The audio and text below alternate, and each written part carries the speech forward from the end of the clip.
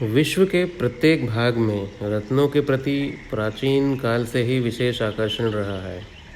रत्न केवल आभूषणों की ही शोभा नहीं बढ़ाते, अपितु इनमें रोग निवारण की अद्भुत शक्ति भी है।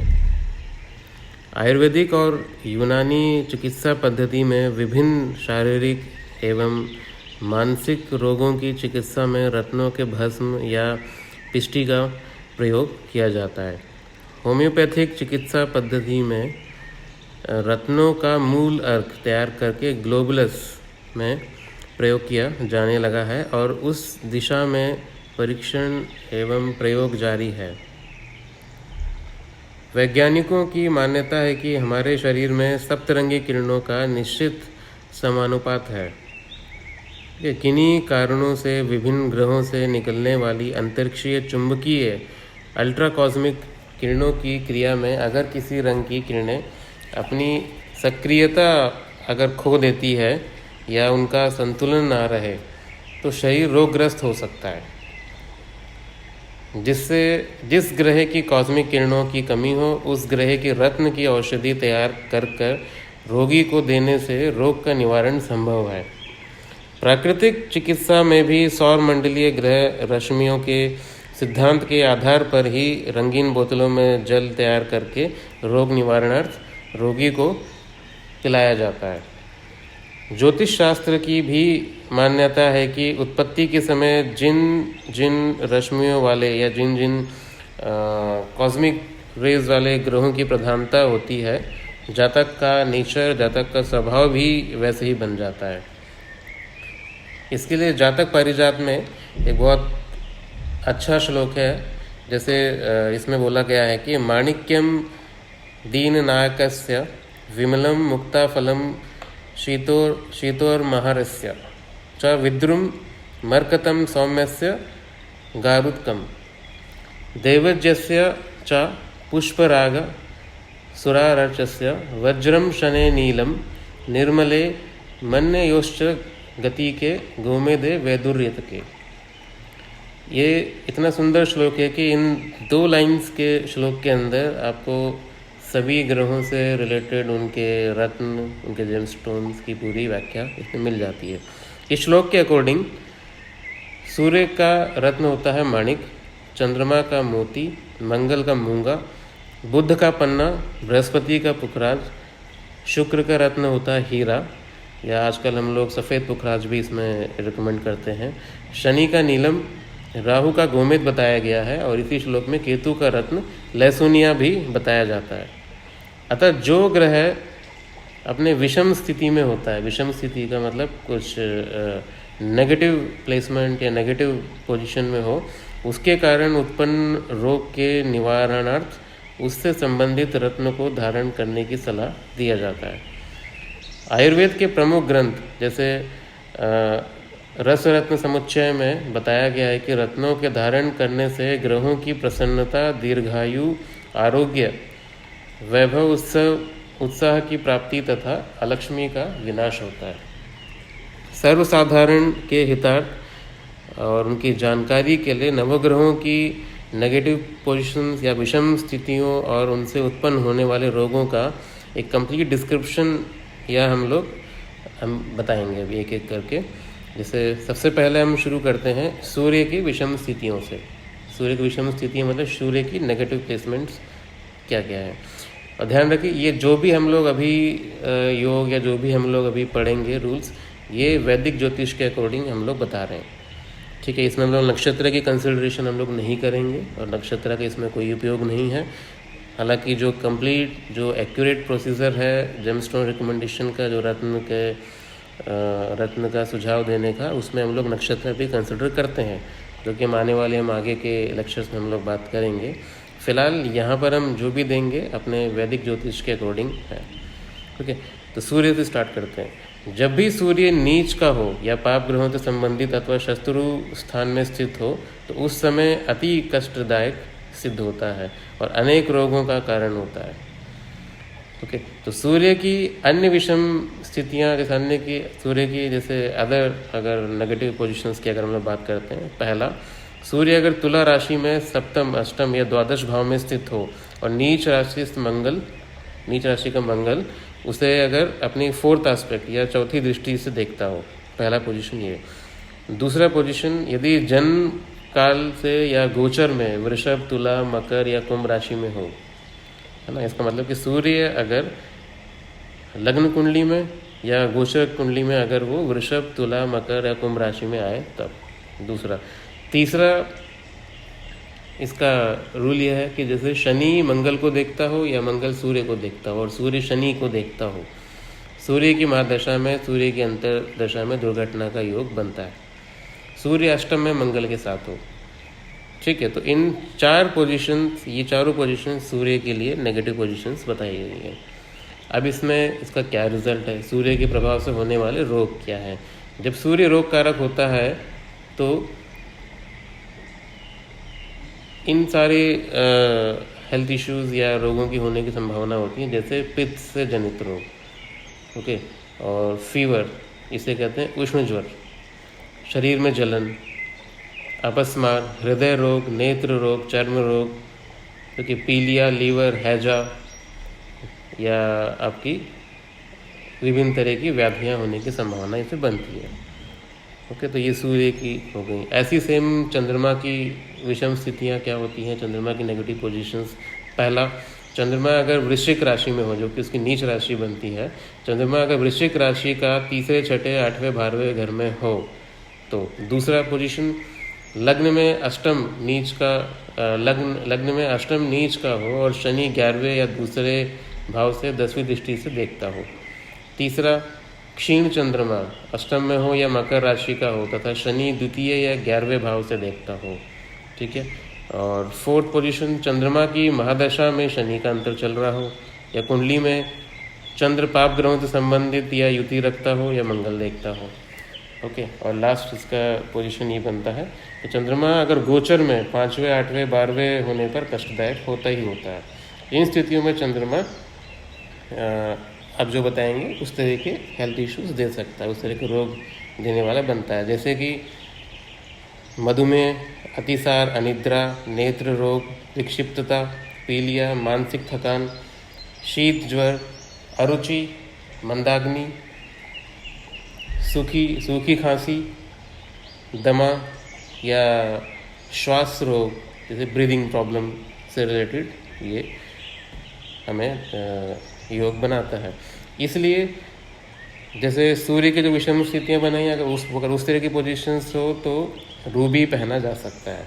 और जैसे अभी मैंने चंद्रमा की जो पोजीशंस बताए, अगर ऐसा है तो मोती भी पहना जा सकता है। सेम ऐसे ही मंगल के भी रूल्स हैं। मंगल के लिए जैसे जन्म कुंडली में अगर मंगल कर्क राशि का होकर लग्न सप्तम में चतुर्थ स्थान में बैठा हो। दूसरा, मंगल शत्रु ग्रहों के साथ स्थित हो और सूर्य से दृष्ट हो। तीसरा, मंगल मिथुन अथवा तुला राशि में कम अंश का हो, यानी कम डिग्री का हो और तीसरे या नवम भाव का स्वामी हो और शनि द्वारा दृष्ट हो। और लास्ट इसका रूल बनता है कि मंगल की दशा में अगर मंगल का अंतर हो, उस समय गोचर चौथे, 8वें या 12वें ग्रहों में वक्री हो तो कई प्रकार के रोग दे सकता है। उनमें से जो रोग हो सकते हैं जैसे रक्त प्रवाह, रक्त तिसार या जलना, उच्च रक्तचाप, दुर्घटना, रक्त विकार, चर्म रोग, है ना, कुष्ठ रोग, फोड़ा फूंसी या हड्डी का टूटना, पित्त ज्वर, गुल्म आदि, ऐसे इस तरह के मंगल अपनी दशा अंतर्दशा में दे सकता है। सेम ऐसे ही अगर बुध की विषम स्थितियों की अगर हम लोग बात करें तो इसमें जैसे बुध अगर मीन राशि का हो के 12वें, 8वें या पंचम में हो, बुध अगर शत्रु ग्रही हो और शनि के साथ 12वें या नवम या द्वितीय भाव में हो, बुध राहु के साथ सप्तम में हो, तो ये सारी पोजीशंस बुध की विषम स्थितियां हैं। बुध के प्रभाव से होने वाले रोग कौन से होते हैं, लाइक जैसे कम्युनिकेशन की प्रॉब्लम, है ना, जैसे मूक बधिरता बोलते हैं, या नपुंसकता, अजीर्ण, शक्तिहीनता, आमाशय की गड़बड़ी, है ना, वायुजन्य पीड़ा, हृदय गति का रुकना या सन्निपात, है ना, गले या नासिका के रोग, उन्माद या मिर्गी आदि तरीके के जो हेल्थ इश्यूज बुध के दशा अंतर्दशा, बुध की अगर ऐसी पोजीशंस हैं तो इनमें होने की संभावना बनती है। तो उस केस में इसको पन्ना हम लोग रिकमेंड कर सकते हैं, पन्ना पहनाया जा सकता है। ओके, तो गुरु की विषम स्थितियाँ कौन सी होती हैं जिसमें हम लोग स्टोन रिकमेंड कर सकते हैं? उनमें से पहला रूल ये है कि गुरु की शत्रु राशि ग्रहों के साथ युति हो और मंगल अथवा शनि से दृष्ट हो, पहला। दूसरा, गुरु लग्न से दूसरे वृश्चिक राशि का हो, या लग्न से तीसरे मिथुन राशि का हो, या लग्न से छठे मिथुन राशि का, अथवा लग्न से 8वें तुला राशि का हो तो। या तीसरा, कुंडली में अगर गुरु मकर का लग्न या सप्तम या अष्टम में हो तब। या लास्ट इसका रूल बनता है कि मकर का गुरु राहु के साथ सप्तम या दशम भाव में हो तो इन सब से क्या हेल्थ इश्यूज राहु या गुरु से रिलेटेड हो सकती हैं? जैसे गले की तकलीफ, है ना, कफ, अतिसार, लीवर संबंधित प्रॉब्लम, है ना, गठिया, कान के रोग, इस तरह की प्रॉब्लम्स इसमें देखती हैं। तो इस तरह के केस में हम लोग उसको पीला पुखराज पहनाया जा सकता है ना। ऐसे में से शुक्र की विषम स्थितियाँ कौन सी होती है? उसमें पहला रूल बनता है, शुक्र अगर नीच राशि का हो, लाइक कन्या राशि का हो, लग्न में सप्तम में या व्यय स्थान में हो तो। दूसरा, शुक्र अगर शत्रुग्रही लाइक कर्क और सिंह राशि का हो, या शत्रु ग्रहों की युति हो और नवम अथवा दशम में बैठा हो, ठीक है। या इसके अलावा अगर शुक्र ग्रह शत्रु ग्रहों की नीच राशि की दृष्टि या शुक्र ग्रह की महादशा में हो तो।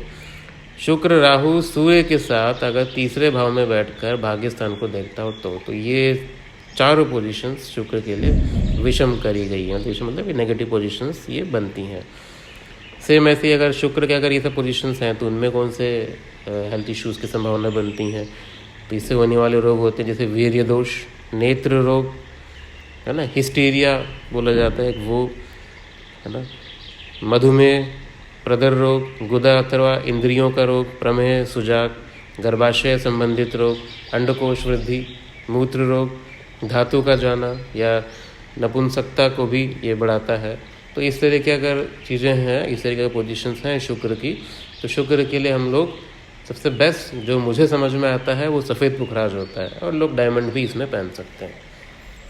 ओके, तो ऐसे ही शनि का आप देख सकते हैं। शनि की विषम स्थितियाँ के लिए भी हमने 4 रूल्स में बनाए हैं। जैसे कुंडली में अगर शनि मेष राशि का किसी भी भाव में बैठा हो, उस भाव के प्रभाव को बिगाड़ता है।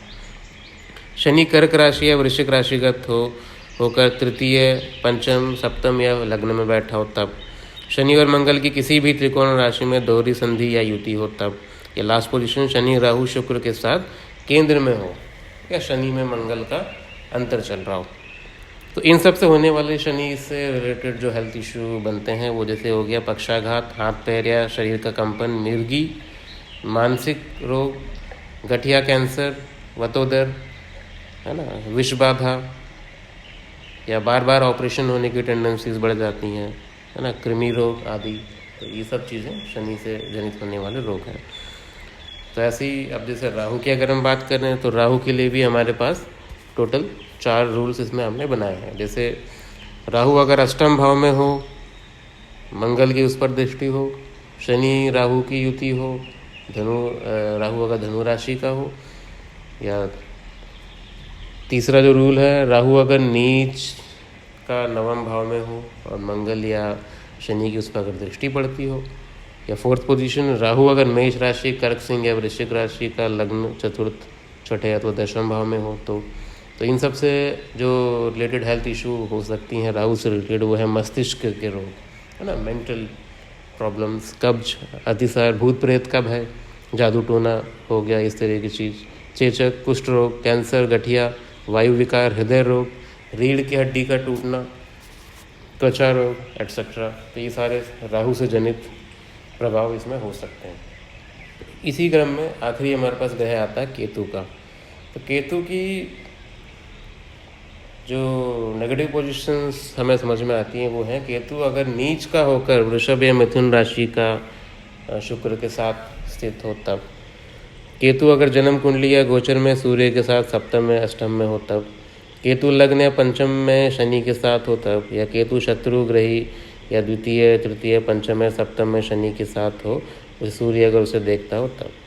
तो केतु के प्रभाव से होने वाले जो रोग इसमें बन सकते हैं वो हैं जैसे कि जलना, कैंसर, हैजा, निमोनिया, दमा, त्वचा या मूत्र रोग, प्रसव पीड़िया या छुआछूत की बीमारी जैसे हो गई वो, पितृ रोग, तो इस तरह की चीज़ें केतु से जनित बनती हैं, है ना। तो ये सारी चीज़ें आपके नवग्रहों से रिलेटेड हो गई। अब इसी में हम एक और टॉपिक पे आज हम डिस्कस इसमें हम लोग कर सकते हैं, जैसे कि उपरत्नों का प्रयोग, इसे सब्स्टिट्यूट स्टोन बोला जाता है।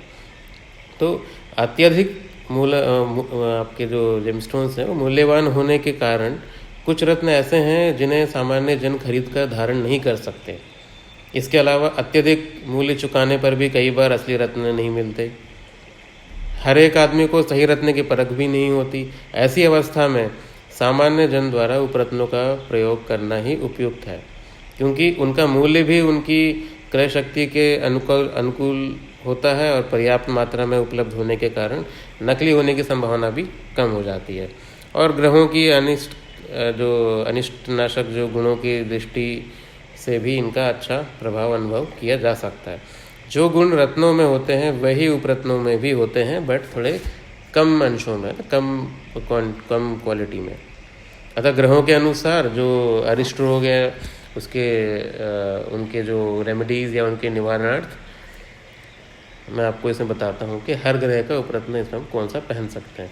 जैसे सूर्य के लिए जो मेन स्टोन है वो तो आपका बन गया माणिक्य, और उसका उपरत्न आपका बना जिसे हम लोग कहते हैं सूर्यकांत मणि या लालड़ी या तांबड़ा। ओके, तो ऐसे ही चंद्रमा के लिए मोती, अब उनका उपरत्न है चंद्रकांत मणि।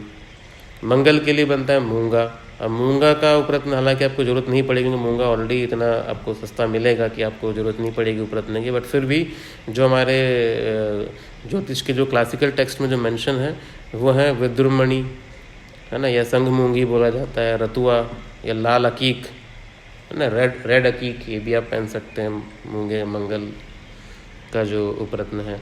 सेम ऐसे बुध का मेन रत्न हो गया पन्ना।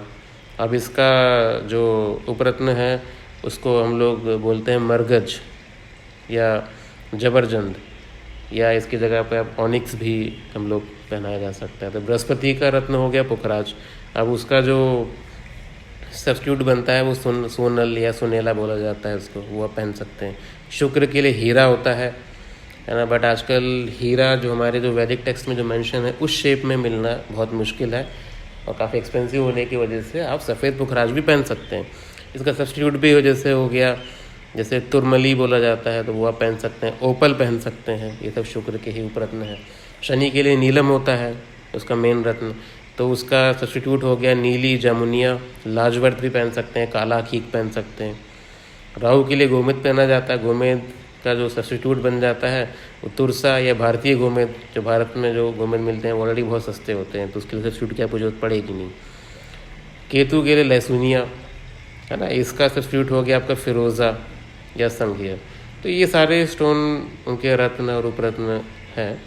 तो इन स्टोनों के बारे में भी हम लोग आगे डिटेल में इसमें डिस्कस करेंगे, बट फ़िलहाल के लिए अभी हमने ग्रहों से रिलेटेड रत्न और उनका जो यूज़ हम लोग अपने रोगों को हटाने के लिए, है ना, तो डिजीज़ को रेक्टिफाई करने के लिए कर सकते हैं, ये सब चीज़ें हमने डिस्कस करी। ओके, जय गुरुदेव।